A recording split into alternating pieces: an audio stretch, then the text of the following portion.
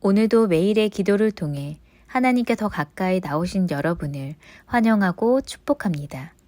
오늘도 주님과 동행하는 하루 되시기 바랍니다. 주님과 친밀한 교제를 갖는 시간 되시길 기도합니다. 20절부터 24절의 말씀입니다.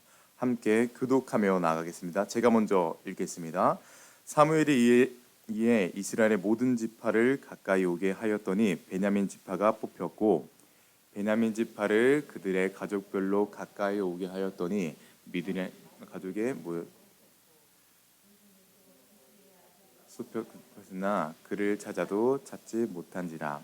그러므로 그들이 또 여호와께 묻되 그 사람이 여기 왔나이까. 여호와께서 대답하시되 그가 진 보따리들 사이에 숨었느니라 하셨더라. 그들이 달려가서 거기서 그를 데려오매 그가 백성 중에 선이 다른 사람보다 어깨 위만큼 컸더라. 함께 읽겠습니다. 사무엘이 모든 백성에게 이르되 너희는 여호와께서 택하신 자를 보느냐. 모든 백성 중에 짝할 리가 없으니라. 아니 모든 백성이 왕의 만세를 외쳐 부르니라. 아멘. 현재 우리나라는 나라의 지도자를 세울 때 국민의 투표를 통해서 지도자를 선택합니다. 어느 나라는 현 지도자가 차기 지도자를 선택하여 새로운 지도자를 세우기도 하죠. 선발 제도는 다를지라도 모든 나라의 지도자들은 사람들에 의하여 뽑히고 있는 것입니다. 오늘 성경은 사울이 이스라엘의 지도자로 취임되는 장면을 보여줍니다. 이 취임의 장면에서 사무엘이 외치고 있는데 이분이 여호와께서 왕으로 뽑으신 분입니다 라고 외치고 있습니다.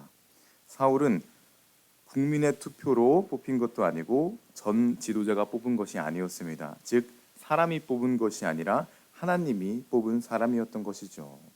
사울은 하나님께 택함을 받은 것입니다. 하나님께 택함을 받은 사울, 과연 그 사울은 어떤 사람이었을까요? 그는 어떤 사람이었기에 하나님께 택함을 받았었을까요? 오늘 이 아침 하나님께 택함을 받았던 사울의 모습과 성경 속에 있는 하나님께 택함을 받았던 사람들의 모습을 살펴볼 것입니다. 말씀을 시작하며 여러분께 부탁드립니다.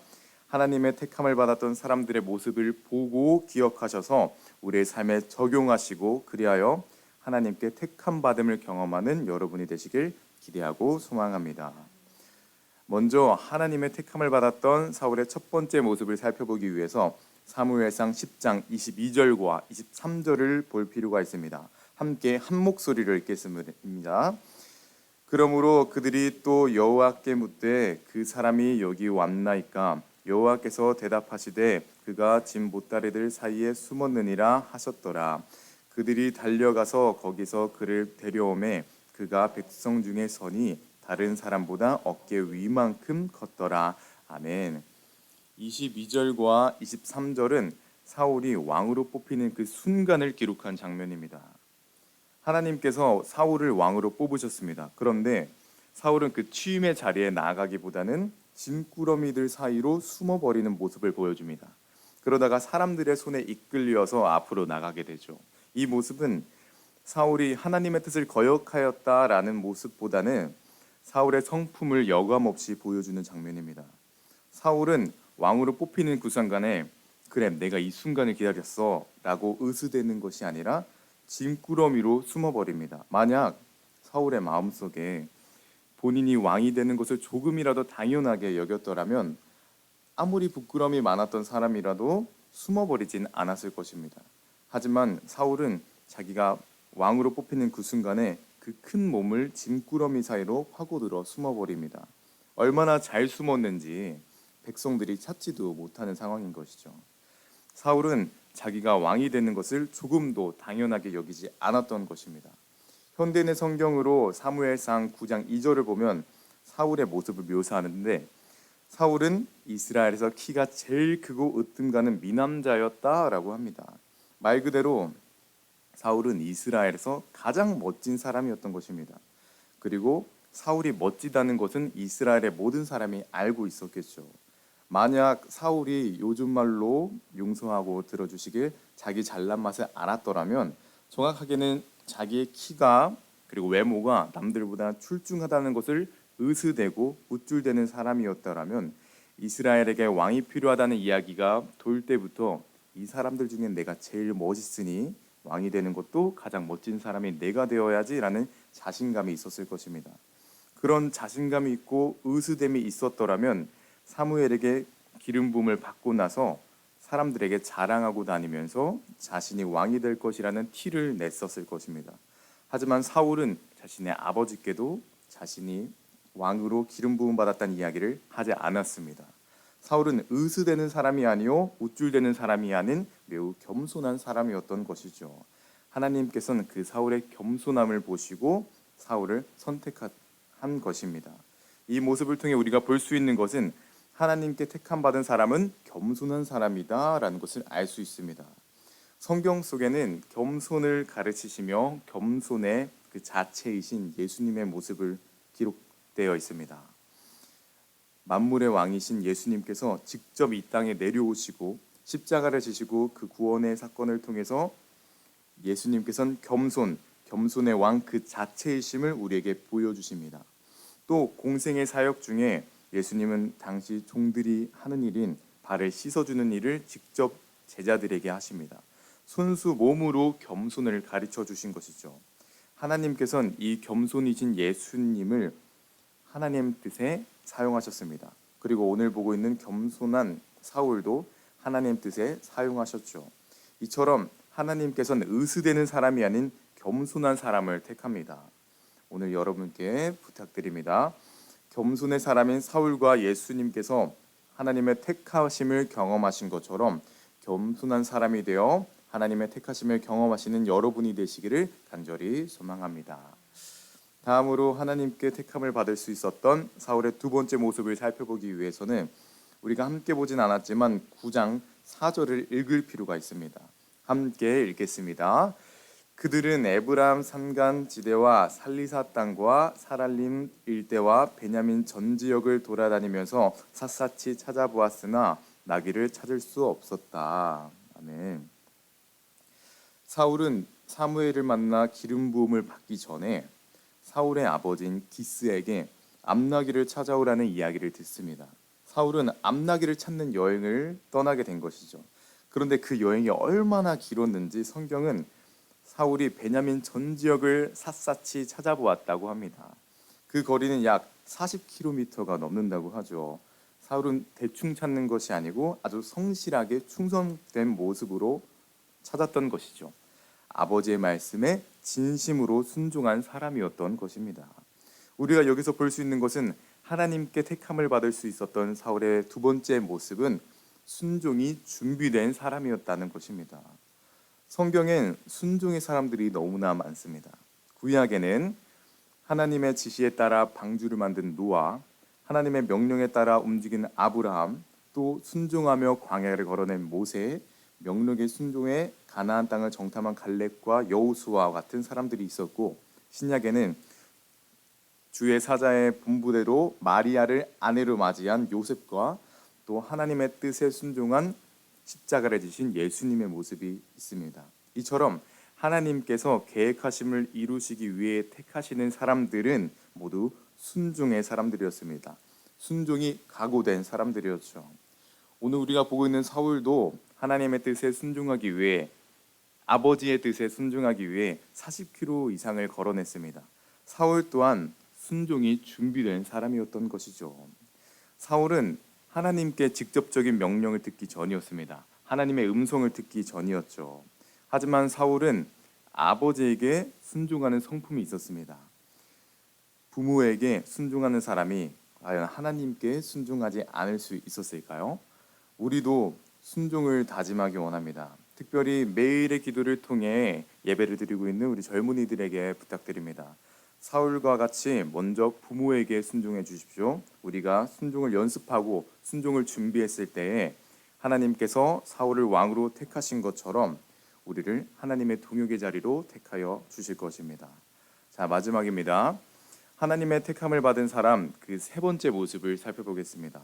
그것을 살펴보기 위해서 함께 9장 21절을 함께 읽겠습니다. 사울이 대답하여 이르되 나는 이스라엘 지파의 가장 작은 지파 베냐민 사람이 아니오며 또 나의 가족은 베냐민 지파의 모든 가족 중에 가장 미약하지 아니하니까 당신이 어찌하여 내게 이같이 말씀하시니까. 아멘. 사울이 속했던 지파는 베냐민 지파였습니다. 베냐민 지파는 당시 12지파 중 가장 약한 지파였습니다. 야곱의 12아들 중 막내였던 베냐민의 후손이었으며 이전의 전쟁으로 인해서 수많은 남성들이 죽었기 때문에 베냐민 지파는 사울이 말한 것과 같이 아주 미약한 지파였습니다. 이렇게 약한 지파 출신인 사울은 이스라엘의 왕이 되기에 부족한 사람이었던 것이죠. 하지만 이 부족한 사울을 하나님께서 이스라엘의 왕으로 택하십니다. 성경에는 사울 외에도 부족한 사람이었지만 하나님의 택함을 받아 왕으로 된 인물이 있습니다. 우리가 잘 알고 있는 다윗 왕이죠. 다윗은 형제들 중에 가장 작고 약한 사람이었습니다. 이스라엘을 이끌고 세우기엔 너무나 부족한 사람이었죠. 하지만 하나님은 그 작고 약한 다윗을 선택하셔서 왕으로 세우셨습니다. 성경에선 왕으로 직접 택하시고 세우신 사람은 사울과 다윗뿐이라고 말합니다. 이 모습을 통해 우리가 볼 수 있는 것은 하나님의 택함을 받은 사람은 부족한 사람이었다라는 것입니다. 하나님께서 부족한 사람을 쓰시는 경우는 이전에 사사기를 통해서도 살펴볼 수 있습니다. 보진 않겠지만 사사기 4장 15절에는 베냐민 지파의 왼손잡이 에훗이라는 사람이 나옵니다. 이 에훗은 당시 이스라엘을 괴롭히던 모압 왕을 제거하고 이스라엘에게 평안의 시대를 가져다 줍니다. 왼손잡이 에훗은 하나님께서 사용하던 자였던 것이죠. 지금이야 왼손잡이는 일반적이고 오히려 스포츠 부분에서는 왼손잡이 선수를 더 가치 있게 생각하지만 저희 아버지가 어리셨을 때만 해도 왼손잡이는 일반적이지 않게 생각하셨고 억지로 오른손잡이로 만들려는 일도 많았습니다. 에훗이 살았던 시대도 이러한 모습이 많았습니다. 왼손잡이를 오른손은 장애가 있는 자 혹은 오른손이 제구시를 못하는 자라는 단어를 사용하면서 왼손잡이에 대한 편견을 보여줍니다. 그만큼 당시 사회 문화적으로 왼손잡이는 분명 부족함이 있는 사람으로 취급됩니다. 그런데도 하나님은 부족한 에훗을 들어 모압 왕으로부터 이스라엘을 구원하시는 데 사용하십니다. 하나님은 부족한 사람을 쓰시는 것이죠. 우리는 우리의 부족함의 모습들이 우리의 눈에 보일 때가 있습니다. 우리의 약한 모습들이 우리의 약점들만 보일 때가 있죠. 하지만 하나님은 우리의 부족한 모습대로, 우리의 약함대로, 약점이 있으면 있는 대로 우리를 사용하십니다. 그렇다면 그때 우리는 무엇을 해야 할까요? 부족했던 다윗은 무엇을 했을까요? 다윗은 자신의 부족함을 알고 있었지만 하나님의 능력을 의지하며 골리앗 앞으로 나아갔습니다. 하나님의 능력을 신뢰하며 하나님께서 맡기신 일을 수행했던 것이죠. 우리에게도 하나님께서 맡기신 일들이 있습니다. 오늘 이 새벽의 자리를 지키시는 분들은 직분자들도 계시고 교회를 섬기시는 분들이 대부분인 걸로 알고 있습니다. 중보 기도로 또 섬김으로 하나님의 일을 하고 계시죠. 그런데 이 일을 하며 본인의 부족함을 느끼실 때가 있을 수도 있습니다. 그 부족함을 느끼시는 분들이 계시다면 그분들께 부탁드립니다. 부족한 다윗과 사울 그리고 에훗이 하나님의 능력을 신뢰하며 하나님의 뜻을 이루어낸 것처럼 오늘도 부족함을 바라보는 것이 아닌 하나님의 능력을 신뢰하는 여러분이 되시기를 간절히 소망합니다. 말씀을 맺겠습니다. 오늘 이 아침 우리는 성경에서 말하는 하나님께 택함받은 사람들의 모습을 살펴보았습니다. 그들은 모두 겸손하고 순종하며 부족한 사람들이었습니다. 왜 하나님은 그들을 택하셨을까요? 바로 겸손하며 순종하고 자신의 부족함을 아는 사람은 자신의 힘을 의지하지 않고 하나님의 힘을 의지하기 때문입니다. 하나님께서는 하나님의 힘을 의지하는 사람을 택하시는 겁니다. 우리에겐 특별히 하나님께서 맡겨주신 가정과 교회가 있습니다. 하나님께서 사울을 택하셔서 이스라엘을 세우신 것처럼 우리를 택하셔서 우리의 가정과 교회를 세우시기 원하시죠. 우리의 힘으로 가정과 교회를 세우고자 하면 무너지고 균열이 날 것입니다. 하나님의 일에 방해가 되는 것이죠. 하나님의 택하심에서 멀어지게 되는 것입니다. 그렇기 때문에 우리는 하나님의 힘을 의지하기 원합니다.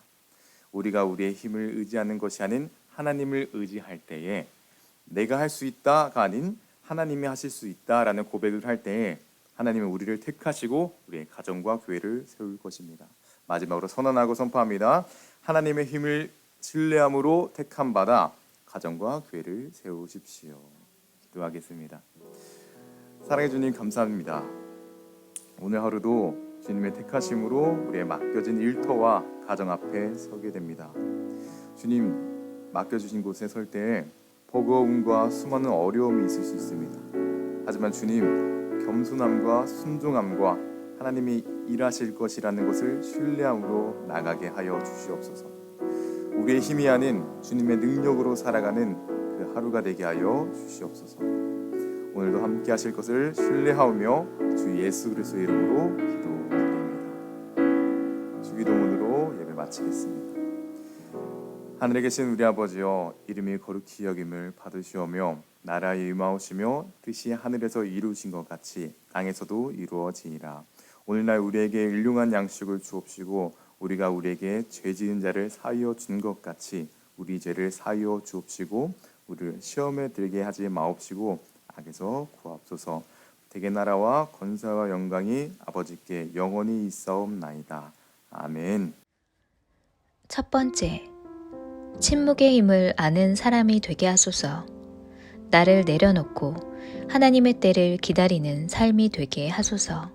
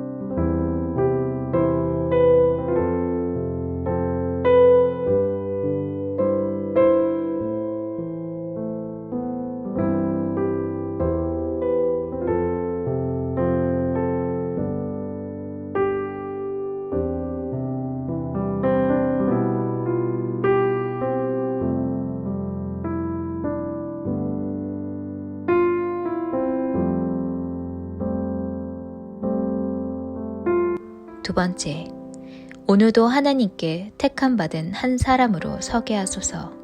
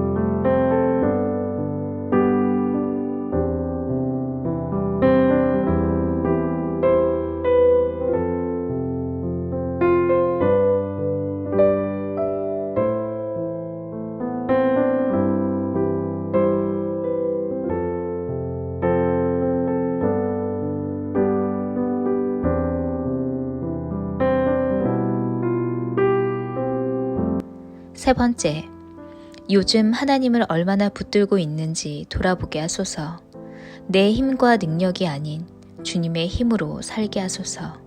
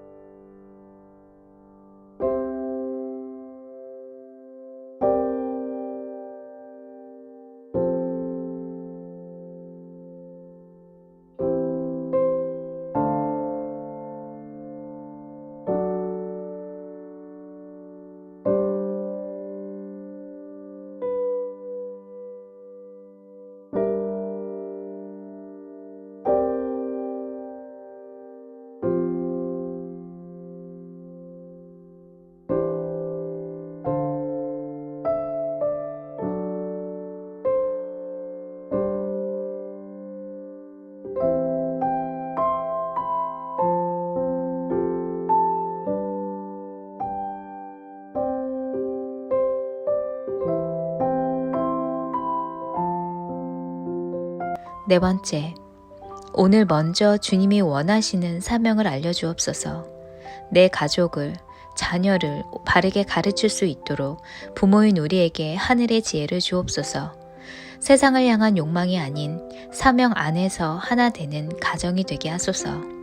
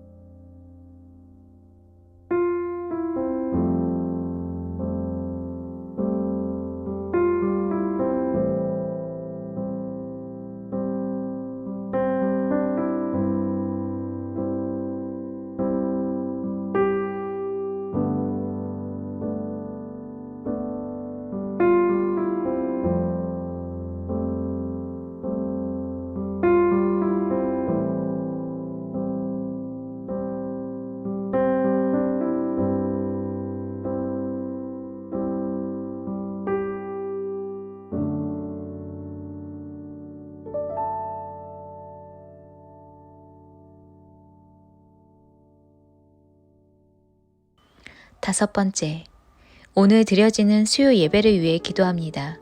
말씀 선포하시는 전도사님 가운데 성령님 인도하시고 그 말씀을 통하여 참 평안이 우리 안에 거하게 하소서.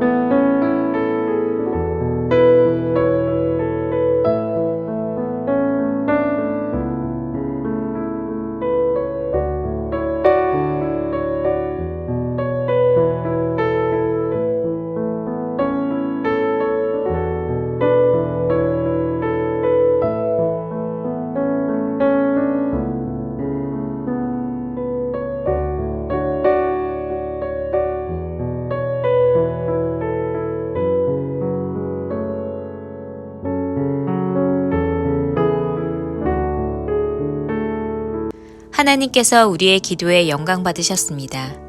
이제는 우리의 삶을 통해 하나님의 영광이 되시기 바랍니다.